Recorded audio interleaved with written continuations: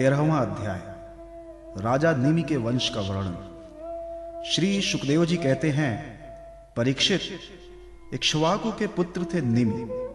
उन्होंने यज्ञ आरंभ करके महर्षि वशिष्ठ को ऋत्विज के रूप में वर्ण किया। वशिष्ठ जी ने कहा कि राजन, इंद्र अपने यज्ञ के लिए मुझे पहले ही वर्ण कर चुके हैं।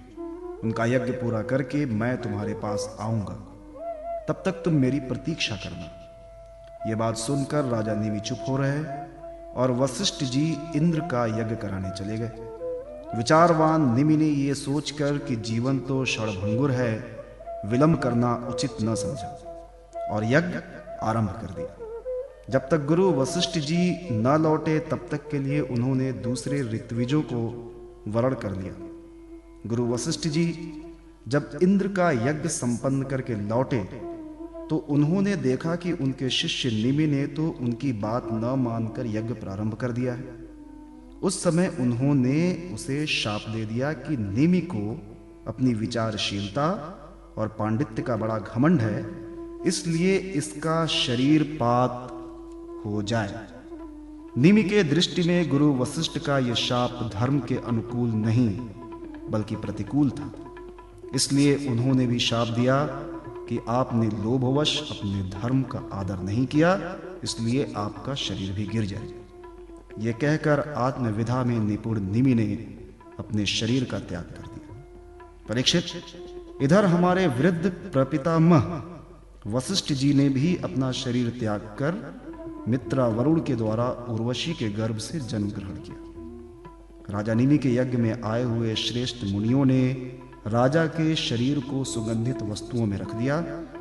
जब सत्र याग की समाप्ति हुई और देवता लोग आए तब उन लोगों ने उनसे प्रार्थना की, महानुभावों, आप लोग समर्थ, यदि आप प्रसन्न हैं तो राजा निमि का यह शरीर पुनः जीवित हो उठे। देवताओं ने कहा कि ऐसा ही है। उस समय निमि ने कहा, मुझे देह का बंधन नहीं चाहिए। विचारशील मुनिजन अपनी बुद्धि को पूर्ण रूप से श्री भगवान में ही लगा देते हैं और उन्हीं के चरण कमलों का भजन करते हैं। एक न एक दिन यह शरीर अवश्य छूट ही जाएगा। इस भय से भीत होने के कारण वे इस शरीर का कभी संयोग ही नहीं चाहते, वे तो मुक्त ही होना चाहते हैं। अतः मैं अब दुख, शोक और भय के मूल कारण इस शरीर को धारण करना ही नहीं चाहता। जैसे जल में मछली के लिए सर्वत्र ही मृत्यु के अवसर हैं, वैसे ही इस शरीर के लिए भी सब कहीं मृत्यु ही मृत्यु है। देवताओं ने कहा, मुनियों, राजा निमि बिना शरीर के ही प्राणियों के नेत्रों में अपनी इच्छा के अनुसार निवास करें। वे वहां रहकर सूक्ष्म शरीर से भगवान का चिंतन करते रहें। पलक उठने और गिरने से उनके अस्तित्व का पता चलता रहेगा। इसके बाद महर्षियों ने यह सोचकर कि राजा के न रहने पर लोगों में अराजकता फैल जाएगी, निमि के शरीर का मंथन किया। उस मंथन से एक कुमार उत्पन्न हुआ। जन्म लेने के कारण उसका नाम हुआ जनक। विदेह से उत्पन्न होने के कारण वैदेह और मंथन से उत्पन्न होने के कारण उसी बालक का नाम मिथिल हुआ। उसी ने मिथिलापुरी बसाई।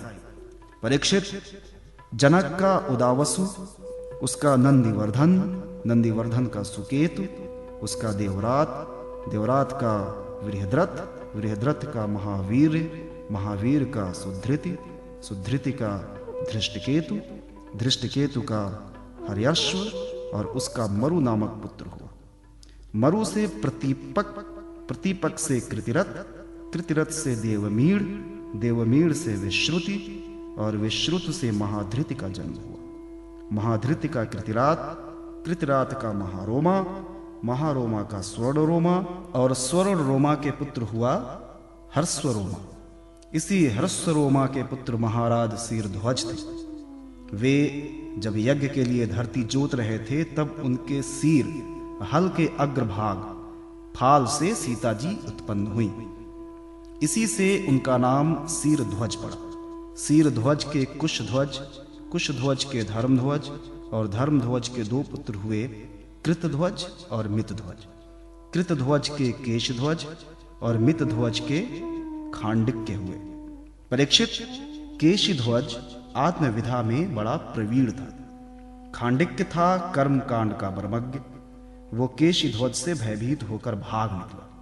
केशिध्वज का पुत्र भानुमान और भानुमान का शतधुम्न, शतधुम्न से शुचि, शुचि से सनद्वाज, सनद्वाज से ऊर्ध्वकेतु, ऊर्ध्वकेतु से अज, अज से पुरुजित, पुरुजित से अरिष्टनेमि, अरिष्टनेमि से श्रुतायु, श्रुतायु से सुपार्श्वक, सुपार्श्वक से चित्ररथ और चित्ररथ से मिथिलापति क्षेमधि का जन्म हुआ।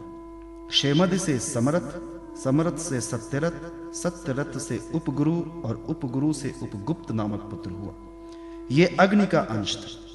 उपगुप्त का वस्वनंत, वस्वनंत का युयुध, युयुध का सुभाषण, सुभाषण का श्रुत, श्रुत का जय, जय का विजय और विजय का ऋत नामक पुत्र हुआ। ऋत का शुनक, शुनक का वीतहव्य, वीतहव्य का धृति, धृति का बहुलाश्व, बहुलाश्व का कृति और कृति का पुत्र हुआ महावशी। परीक्षित, ये मिथिल के वंश में उत्पन्न सभी नरपति मैथिल कहलाए। ये सब के सब आत्मज्ञान से संपन्न एवं गृहस्थाश्रम में रहते हुए भी सुख दुख आदि द्वंद्वों से मुक्त थे। क्यों न याज्ञवल्क्य आदि बड़े बड़े योगेश्वरों की इन पर महान कृपा जो थी।